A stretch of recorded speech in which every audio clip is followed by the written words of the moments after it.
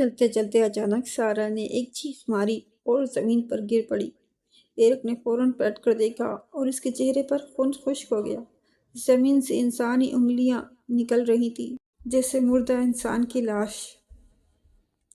یہ کیا ہے؟ کیا؟ سارا نے خوف سے تھرتھراتے ہوئے کہا۔ ایرک نے آگے بڑھ کر اسے سہارا دیا۔ یہ زندہ ہیں۔ سارا کی آواز جیسے حلق میں اٹک گئی۔ ایرک نے خوف کے باوجود قریب جا کر غور سے دیکھا۔ اسی لمحے ہوا کا ایک تیز جھونکا آیا اور جنگل میں ایک عجیب آواز گونجی، جیسے کوئی ہنس رہا ہو یا رو رہا ہو۔ ہمیں یہاں سے چلنا چاہیے، سارا نے جلدی سے کہا۔ یہ تو واقعی زندہ ہیں، سارا چیخ اٹھی۔ اسی وقت ان کے پیچھے ایک خشک پتا ٹوٹنے کی آواز آئی۔ وہ دونوں پلٹے، لیکن وہاں کوئی نہیں تھا۔ یہ جنگل ہمیں باہر جانے نہیں دے گا، سارا نے گھبرا کے کہا۔ السلام علیکم، اردو سنٹر ہاتھ میں شامل۔ رات کا پہلا پہر تھا۔ چاندنی گھنے جنگل کے پتوں میں سے چھن چھن کر زمین پر پراسرار سائے ڈال رہی تھی۔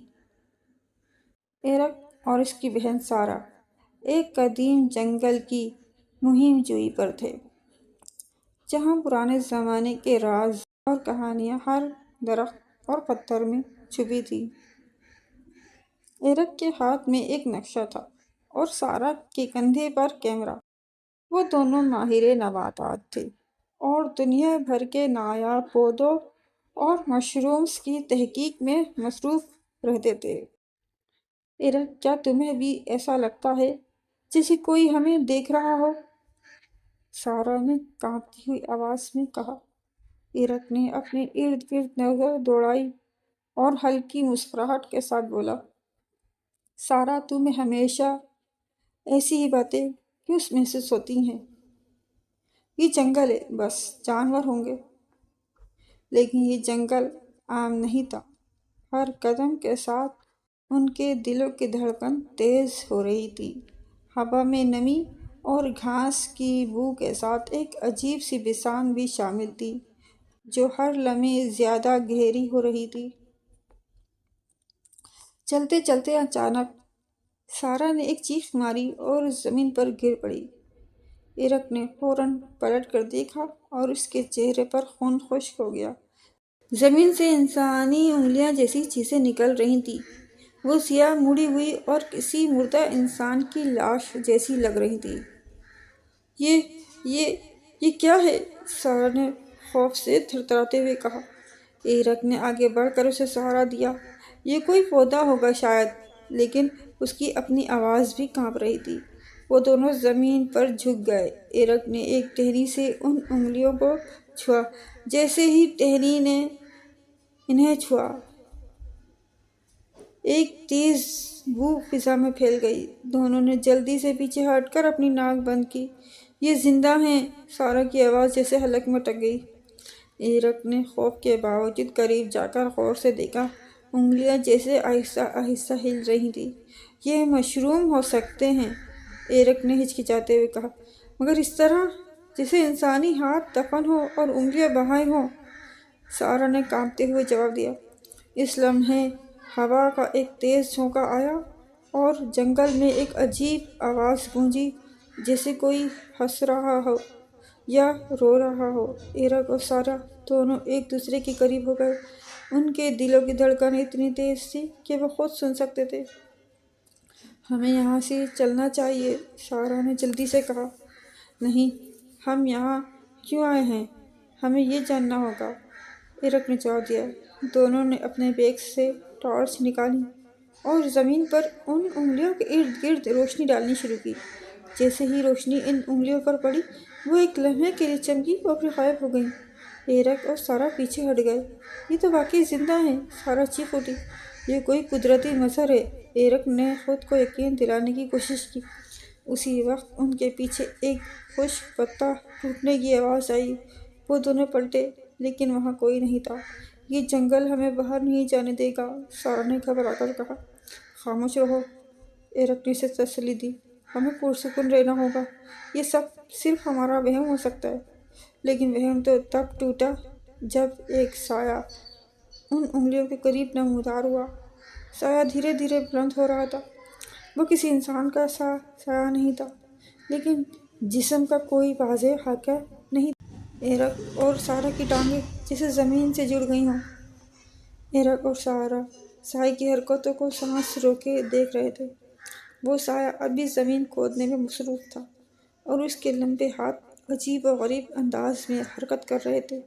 ایرک نے اپنے کیمرے کا لینس زوم کیا تاکہ قریب سے دیکھ سکے۔ یہ کچھ تلاش کر رہا ہے، سارہ نے ہلکی آواز میں کہا۔ ایرک نے کچھ کہے بغیر لینس کو اور قریب کیا۔ اچانک سایہ اپنی جگہ سے اچھلا اور ایک تیز جھٹکے کے ساتھ درخت کی جڑ کے قریب دوڑ گیا۔ یہ کیا ہو رہا ہے؟ ایرک نے دل میں سوچا۔ ایرک، کیا یہ ہمیں دیکھ رہا ہے؟ سارہ کی آواز میں خوف تھا۔ رکو، یہ تو… ایرک نے حیرت سے کہا۔ سارہ دراصل ایک عام سا جنگلی خرگوش تھا جو درخت کے پاس زمین کھود رہا تھا۔ اس کی حرکتیں اور ہوا میں پھیلی دھند نے اسے ایک پراسرار مخلوق کی طرح دکھایا تھا۔ یہ تو خرگوش ہے یار، سارہ نے ہنسی دباتے ہوئے کہا۔ خرگوش؟ ایرک نے الجھن میں کہا اور پھر خود بھی مسکرایا۔ کوئی پراسرار مخلوق ہے۔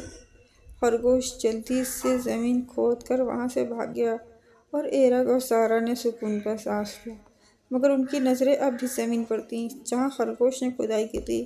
ایرک، دیکھو وہ چیز، یہ انگلیاں لگتی ہیں، سارہ نے انگلیوں سے اشارہ کرتے ہوئے کہا۔ ایرک نے مشعل کی روشنی زمین پر ڈالی اور دونوں قریب جا کر دیکھنے لگے۔ ایرک اور سارہ مشرومز کو غور سے دیکھ رہے تھے۔ ان کی ساخت، رنگ اور زمین سے باہر نکلنے کا انداز واقعی کسی مردہ انسان کی انگلیوں جیسا تھا۔ ان کی غیر معمولی شکل اور رات کے گھنے جنگل کا ماحول، سب کچھ مل کر ایک خوفناک منظر پیش کر رہا تھا۔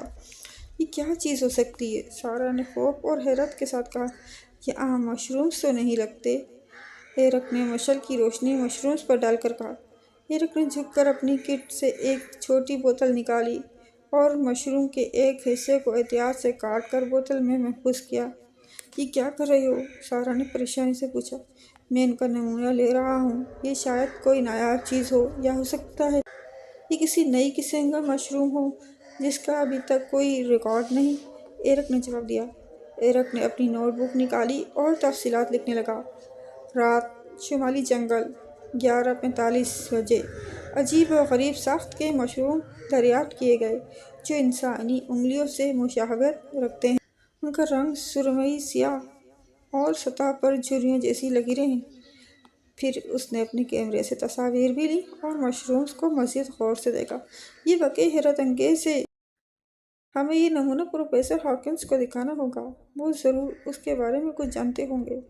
اگلی صبح ایرک اور سارہ یونیورسٹی پہنچے اور سیدھے پروفیسر ہاکنس کے لیبارٹری گئے۔ پروفیسر ہاکنس، جو مائیکولوجی، مشرومز کے مطالعے کے ماہر تھے، ایرک کی باتیں سن کر فوراً دلچسپی لینے لگے۔ تم نے واقعی کچھ منفرد دریافت کیا ہے ایرک، یہ مشرومز ڈیڈ مین فنگرز کہلاتے ہیں۔ پروفیسر نے لیبارٹری کے خوردبین کے نیچے مشروم کے ٹکڑے کا معائنہ کرتے ہوئے کہا۔ ڈیڈ مین فنگرز؟ سارہ نے حیرت سے پوچھا۔ ہاں، یہ مشروم زیادہ تر پرانی سڑی ہوئی لکڑی پر اگتے ہیں۔ ان کا کام پودوں کی مردہ نامیاتی مادے کو تحلیل کرنا ہے تاکہ دیگر پودے اسے جذب کر سکیں، مگر ان کی شکل اتنی عجیب ہے کہ پہلی نظر میں یہ کسی انسان کی انگلیاں لگتی ہیں، خاص طور پر اندھیرے۔ ان کا سائنسی نام زائلریا پالیمورفا ہے اور اگرچہ یہ کھانے کے قابل نہیں، لیکن ان پر ہونے والی تحقیق ان کی طبی افادیت کو اجاگر کر رہی ہے۔ ان کی موجودگی اس بات کی علامت ہے کہ قدرت میں ہر چیز کا ایک مقصد ہے۔ پروفیسر نے مزید وضاحت کی۔ یہ قدرت کا ایک اہم حصہ ہیں، ایک قسم کے ماحولیاتی انجینئر۔ لیکن ان کے بارے میں عجیب بات یہ ہے کہ یہ اکثر ان جگہوں پر پائے جاتے ہیں جہاں ماضی میں کوئی پراسرار واقعہ پیش آیا ہو، جیسے جنگل میں گمشدگی یا حادثہ۔ تو کیا یہ جگہ واقعی خطرناک ہو سکتی ہے؟ سارہ نے پوچھا۔ یہ کہنا مشکل ہے، لیکن یاد رکھو، قدرت اپنے راز آسانی سے نہیں دیتی، پروفیسر نے مسکراتے ہوئے کہا۔ ایرک اور سارا نے اپنے دریافت کو محفوظ کیا، مگر ان کے دلوں میں ایک عجیب سا سوال باقی رہا۔ کیا یہ مشروم واقعی صرف قدرت کا ایک معجزہ تھے؟ کیا ان کا تعلق جنگل کے کسی گمشدہ راز سے تھا؟ شاید یہ جنگل کبھی اپنے رازوں کو مکمل طور پر ظاہر نہ کرے، مگر ایرک اور سارا کے لیے ایک ایسا تجربہ تھا جو وہ کبھی نہیں بھول سکیں گے۔ کیا اب بھی کبھی جنگل میں ایسے عجیب و غریب چیز کا سامنا کر چکے ہیں جس نے آپ کو خوفزدہ کیا ہو یا حیران کر دیا ہو؟ اگر آپ ان ڈیڈ مین فنگرز مشرومز کو دیکھیں تو کیا آپ کا رد عمل بھی یہی ہوگا؟ کیا آپ وہاں سے فوراً بھاگ جائیں گے یا ان کے بارے میں مزید جاننے کی کوشش کریں گے؟ مجھے بتائیں کہ آپ کے خیالات اور تجربات کیا ہیں، اور کیا آپ کو ان مشرومز کے بارے میں پہلے سے علم تھا یا یہ آپ کے لیے ایک نیا انکشاف ہے؟